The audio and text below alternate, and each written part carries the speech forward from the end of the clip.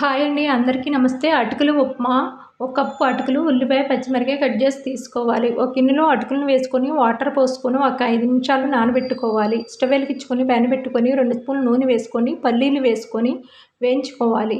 పల్లీలు వేగిన తర్వాత పచ్చెనపప్పు, ఆవాలు, జీలకర్ర తాలింపు వేగిన తర్వాత ఉల్లిపాయ ముక్కలను వేసుకొని వేయించుకోవాలి. ఉల్లిపాయ ముక్కలు మగ్గిన తర్వాత టమాటా ముక్కలు,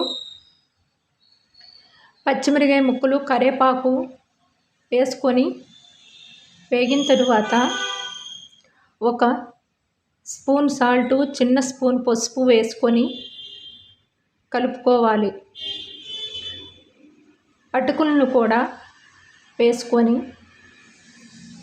కలుపుకోవాలి. ఒక 5 నిమిషాలు ఉడికించుకోవాలండి. అటుకులు ఉప్మా. ఈ వీడియో నచ్చితే లైక్ చేయండి, షేర్ చేయండి, సబ్స్క్రైబ్